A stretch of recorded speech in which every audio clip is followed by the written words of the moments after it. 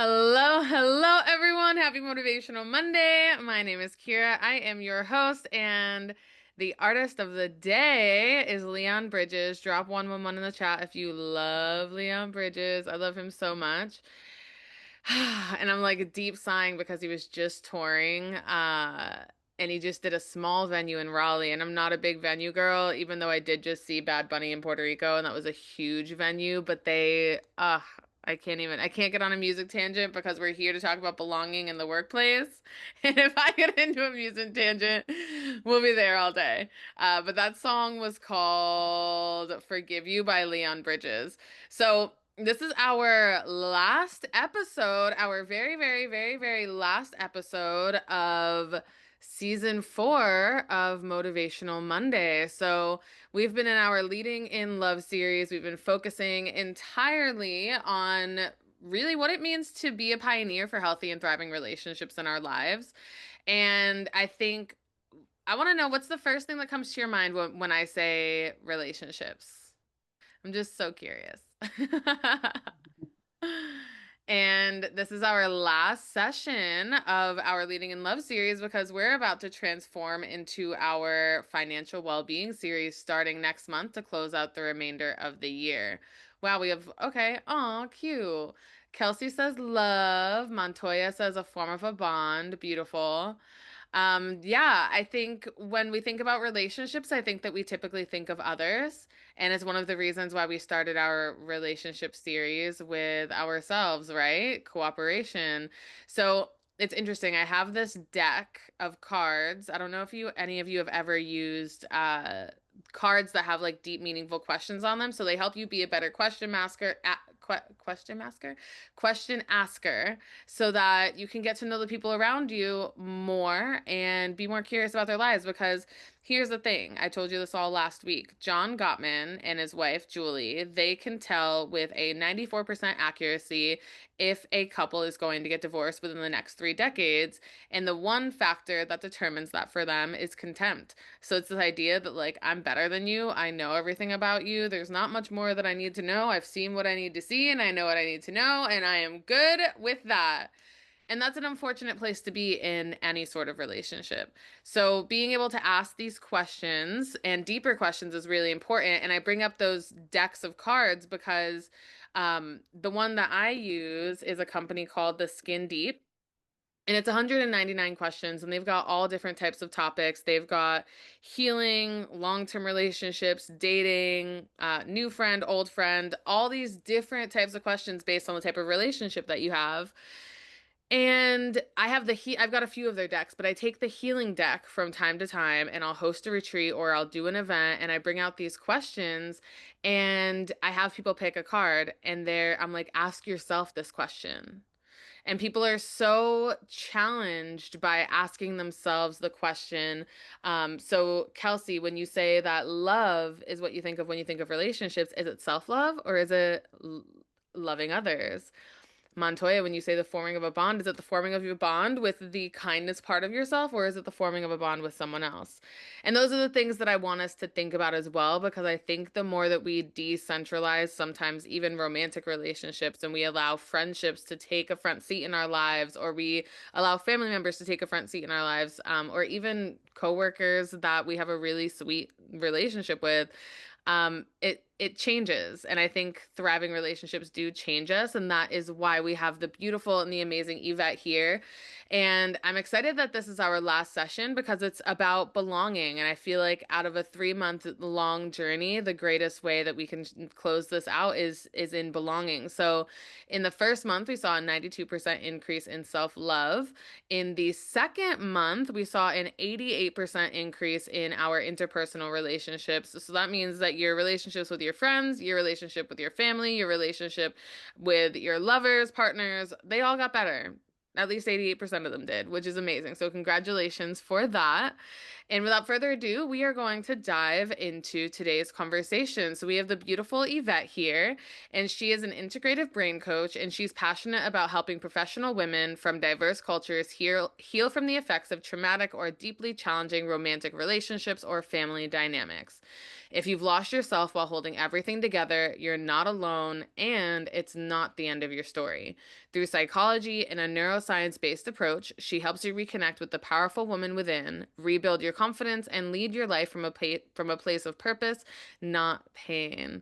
So, hi, Yvette. Thank you so much for being here today. Today's topic is belonging is your hidden superpower at work. And can you just give us a little introduction? I feel like when we think about our superpower at work, we usually think about efficiency and we usually think about timeliness. And I believe in excellence, but how does belonging get to be a superpower at work?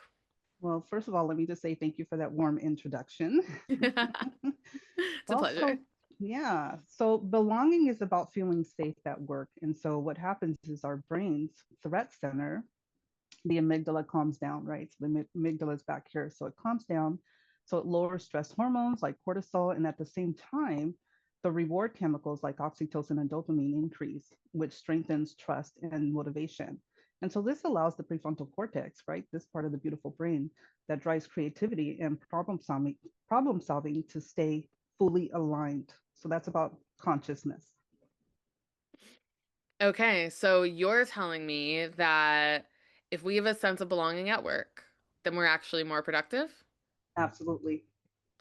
Okay, well then let's just dive in. What is the neuroscience of belonging? And I want to preface this because I have a friend and we always have the deepest conversations and we were talking the other day and we were talking about human connection and something. We were talking about, I think, how human connection and psychological safety changes the way that your hormones show up in your body, which means it changes the way that you walk through the world. And my friend was like, "But there's not really a way to like actually have the science of that." And I was like, "No, there really is. If you start diving into neuroscience, we start learning the ways that our bodies operate with or without our choice, right? Like when we start looking at neuroscience Yes. and the way that the brain works, it's going to do whatever it's going to do, whether or not we like it. So we might as well know how the brain works and utilize it to our benefit. So, yeah, when we're looking at the neuroscience of belonging, how do we start to bring belonging into something that's tangible? And what is that neuroscience of belonging? So neuroscience of belonging is about you feeling safe in the workplace. And so when belonging is threatened, you no longer feel safe. And so that's about which part of the brain is going to be activated every day when you walk in that door, or even when you get into your car, right? And so when employees or leaders have that beautiful or create that culture of belonging, then you're going to be activating the prefrontal cortex more than the amygdala. And so that again is going to create that safe space for you to be creative, to allow for open communication. And you're going to be thriving at work every day. You're going to have that sense of wanting to get into your car to drive to work because it's a safe place. You feel good, you love your job because again, that culture was created. Hmm. So many good things. So it can be, I love this because I know the science of it and I've seen it play out in my body, but I love that we get to have this conversation with so Mhm. many other people who are brand new to this information. So I like to be intentional about the questions that I ask. So you're telling me that simply by creating a culture of belonging in our organizations, we have an incredibly high chance of increasing our not only our productivity but also increasing our enjoyability with that increased productivity. Absolutely. Okay. So knowing that and knowing that we're looking at the neuroscience of belonging, what this looks like in the workplace, Brene Brown says this beautiful quote. And it's not even actually hers. She went to either an elementary school or a middle school, and she asked it was elementary kids, and she asked them, what does it mean to be belong? What does it mean to belong? And what does it mean to fit in? And one of the kids said this, and it's been so profound, and I've taught this so many times, and it never gets old, but it's that this kid said, if I have to be like you, I fit in. if I get to be like me, I belong. And I'm wearing my Being Yourself is Cool shirt because you Ooh, I love it. should feel like you belong and you really should. Should's a big word, but I think in an ideal world, we would be in places where we actually belong and where our unique selves are brought into the workplace and valued, and where you're seen as an asset just for how you naturally are. So when we're talking about belonging and how that can be such a crucial point of positivity in an organization, why does it matter for performance or teams to have that sense of belonging built in? Yeah. So when people feel safe and included, their brains literally free up energy for innovation and collaboration. So belonging fuels engagement. It reduces turnover. How many of you have been in a job and have left because of a toxic culture, right? Toxic environment. But it also improves decision making. So belonging is like a green light to the brain. It signals safety so the higher thinking center can take the wheel, right? We're talking about the prefrontal cortex. So emotional intelligence actually plays a huge role in belonging. So leaders and employees with high EQ, they primarily work from the prefrontal cortex. So, and they've developed these healthy traits and behaviors that allow them to create that culture of belonging. So they are consciously aware of their inner saboteurs, like the controller, the stickler, the victim. These are just a few of them. And so they know how to find that balance. And so, what does high EQ look like, right? So that's high empathy and understanding. These are just a few. It's building trust and cohesion in the workplace, right? They're your effective communicators. They welcome constructive criticism, and they improve workplace success. And these are some of the statistics that go with, a high emotionally um, intelligent leader or employees that have this sense of belonging in the workplace. So teams perform better by 31%, but they're also 3 times more creative. Salespeople will outsell their colleagues by 37%. And believe it or not, you as an individual will live 10 years longer. How cool is that?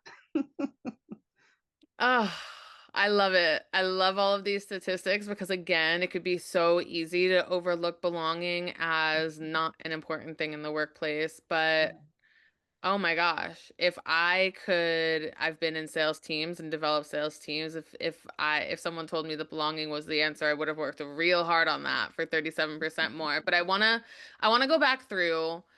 And I know that the next thing that you're about to do is tell us the traits of low emotional intelligence people. So, knowing that, I want you to read back through the high emotional intelligence traits. And for those of you who are listening while she's reading these, think if there's a person in your life, and it doesn't necessarily need to be in your work life, but in your life who embodies these traits and characteristics, and then you can drop their name in the chat just for fun so we can acknowledge them.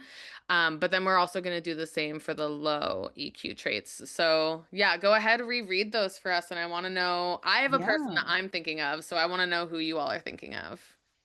absolutely. So, again, these are just a few traits. So, it's high empathy and understanding. They know how to build trust and cohesion. They're your effective communicators. They welcome constructive criticism, and they know how to improve the workplace so that everyone has that success.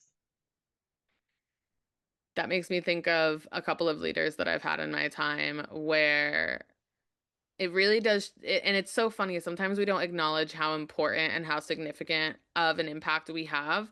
But we all know that one person at work who is like the downerest of Debbies. And you know that you're going into work. There are probably tens of others people that you're surrounded by all day, but the only thing you could think of is Debbie freaking Downer and the fact that you have to work next to her for 8 hours.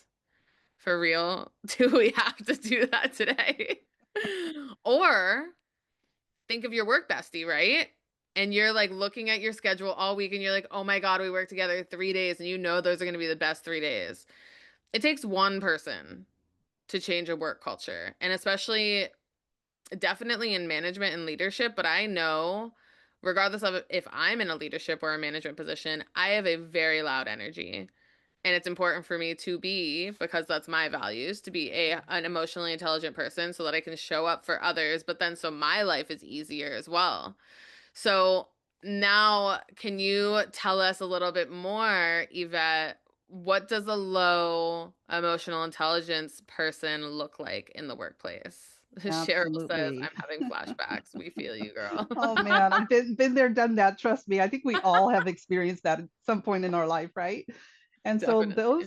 those leaders and employees with low emotional intelligence, they overuse their inner saboteurs unintentionally. It's really not their fault if they're not aware. Let me just start out by saying that there are 10 saboteurs, but the main one is the judge, right? That's that inner critic that starts it off.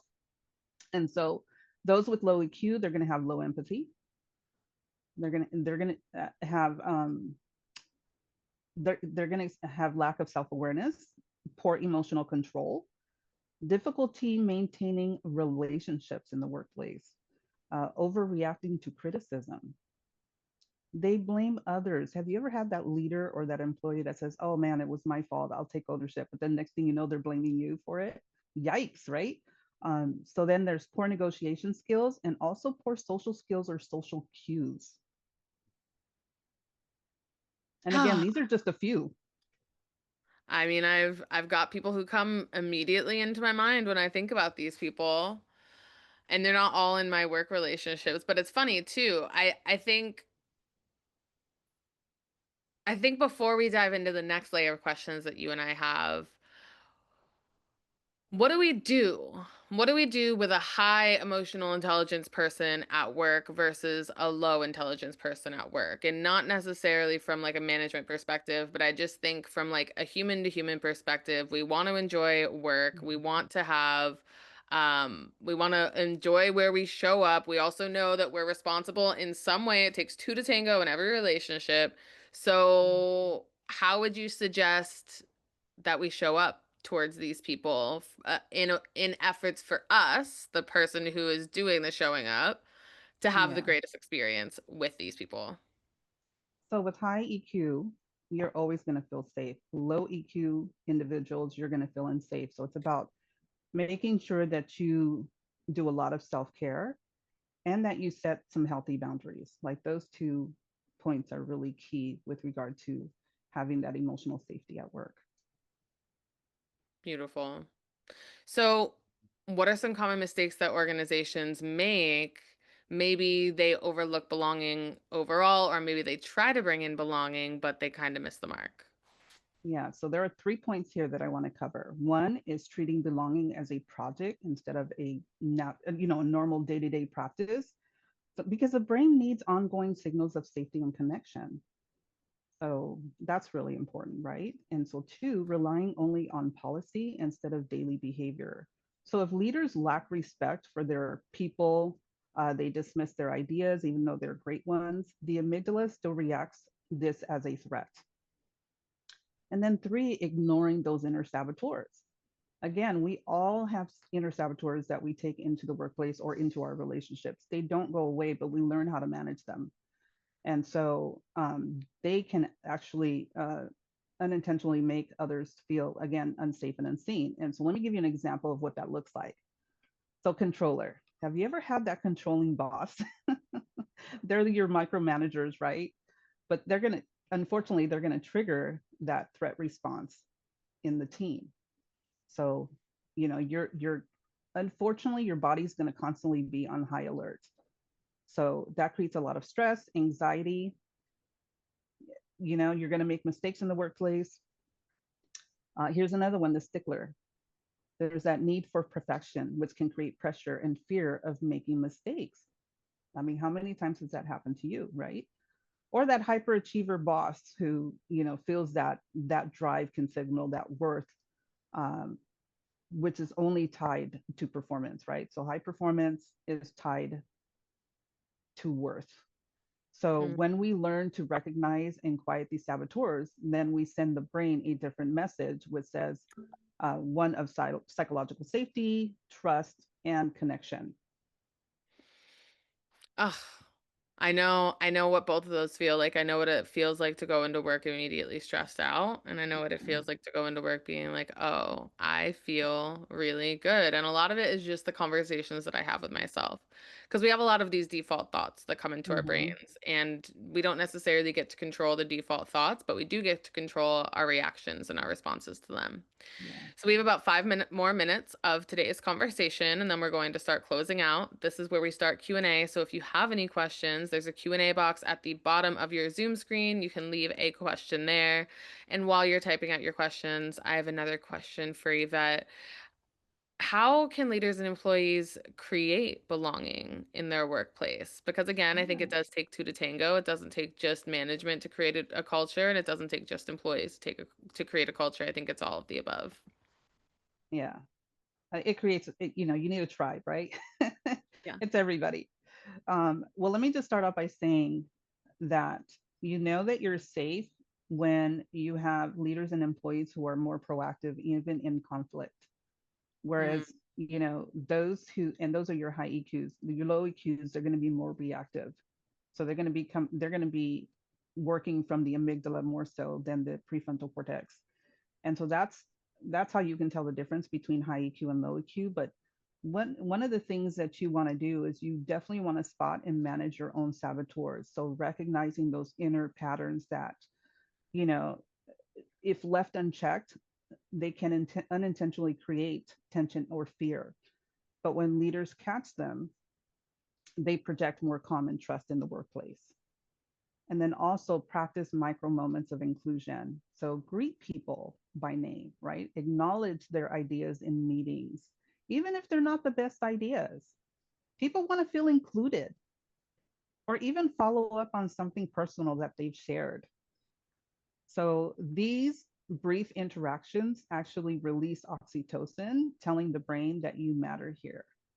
But also invite voices early and often. So ask for input before decisions are made, not just after. So when people know their perspective shapes the outcome, their brain again shifts from defense to engagement. Here's another one that people don't necessarily practice: model vulnerability. Vulnerability is a strength, it is not a weakness. So by sharing your own challenges or learning moments, right, this lowers the threat alarm in others and it normalizes openness, which boosts trust and collaboration. And then the last one is practice curious feedback. So instead of jumping to solutions, ask questions like, what do you need to feel supported? So curiosity signals psychological safety and activates the prefrontal cortex for problem solving. So beautiful. And I love that you talked about modeling vulnerability because Mhm. my favorite, I'll always go back to Brene Brown, but she says vulnerability is the first thing that we want to see in someone else, but the last thing that we want to show in ourselves. But it's the one thing Yeah. that bridges a real, true, and honest connection. So we have a question in the chat from Syria, and it says, does creating this sense of belonging fall under the category of inclusivity? Yes, absolutely. I mean, you have to think about that for a moment, right? Let's just let that sit.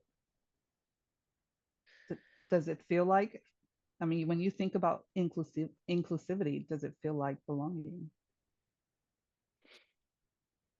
For me, it definitely does. And I think Yeah. it's a lot of the layers of work of where the places that we've neglected belonging. And I think that's Mhm.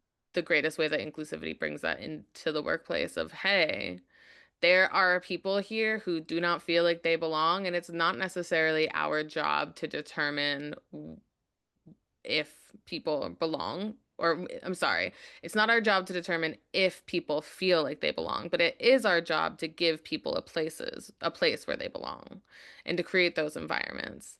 So I love that. And I think that's a really beautiful question, Surya. Um, yeah, does anyone else have any final questions before we come to a close on today's session?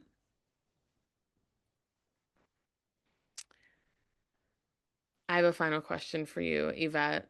Sure. What is one thing that anyone on this call can do today to bring more belonging, not only into the workplace, but also into the world. Absolutely. One is definitely being intentional about connection. So doing those genuine check-ins, right? A thank you or inviting someone into a conversation that creates a neurochemical shift that can build that trust. Remember, how you feel, how people interact with you is going to determine your levels of neurochemicals in the brain. So when your neurochemicals are low, you don't have that safety, right? When your neurochemicals are high, you have that safety. So again, it's about how you're feeling inside. If you don't have that safety, you're going to have stress.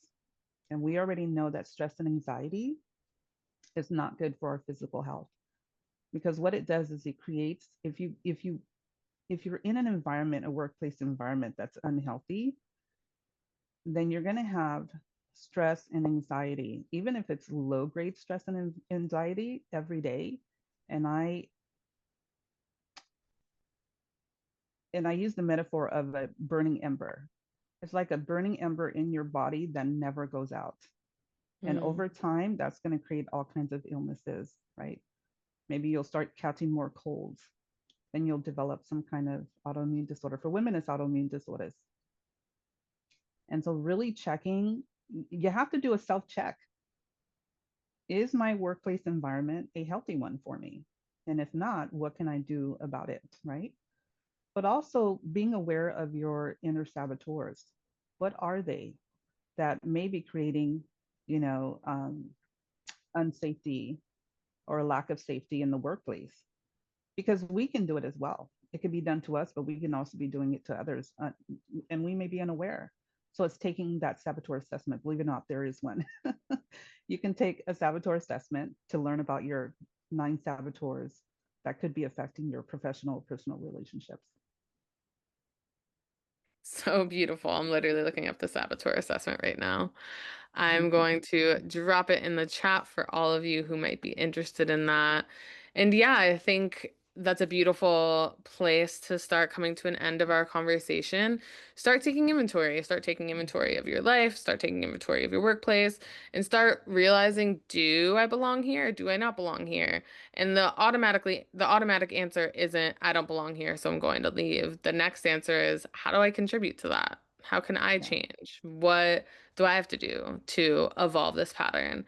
And you'll start seeing that sometimes it just takes one person to shift because when you have your scales, if you take one thing off of one scale, the other one needs to drop down, right? yeah.